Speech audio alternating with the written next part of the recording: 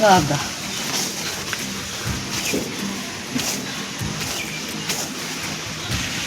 দেখুন বন্ধুরা, আমাদের বাড়িতে খারকোল গাছ, এই যে পাতাগুলা মানে তিনটা করে পাতা, এই খারকোল পাতা আমি কেটে নিলাম।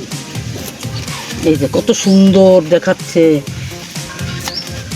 এগুলি বাটা করবো আজকে। চল,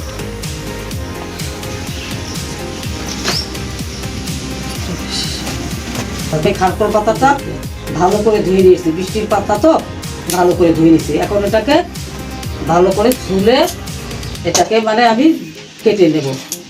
ভালো করে কেটে পাতাটাও কুচিয়ে দেব, আর ডাকগুলিও কুচিয়ে দেব। তারপরে এটাকে ভেজে এটাকে আমি বাটবো। কড়াইতে একটু তেল দিয়ে দিলাম, নুন হলুদ দিয়ে মাখা চিংড়ি মাছ কাটা এখন কড়াইতে দিয়ে ভেজে নেব।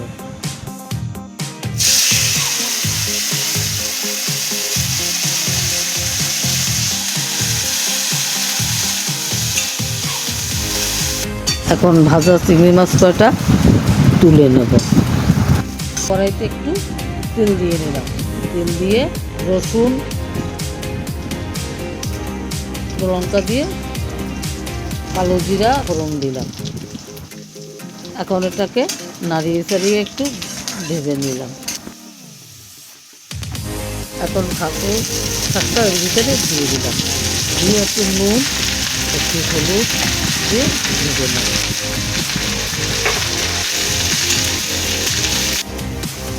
ভাজা হয়ে গেল, এখন এটাকে নামিয়ে নেব।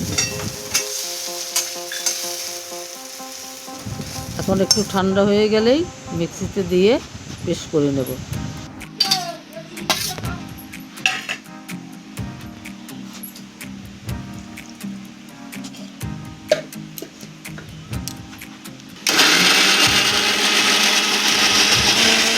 পেস্ট হয়ে গেছে, এখন এটাকে একটু তেল দিয়ে ভালো করে আবার ভেজে নেব।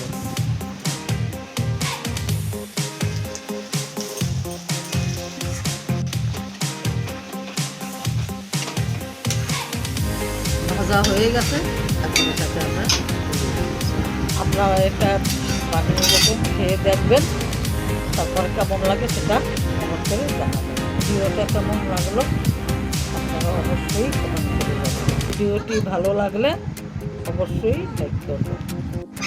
এরকম নতুন নতুন ভিডিও পেতে অবশ্যই সাবস্ক্রাইব করবেন।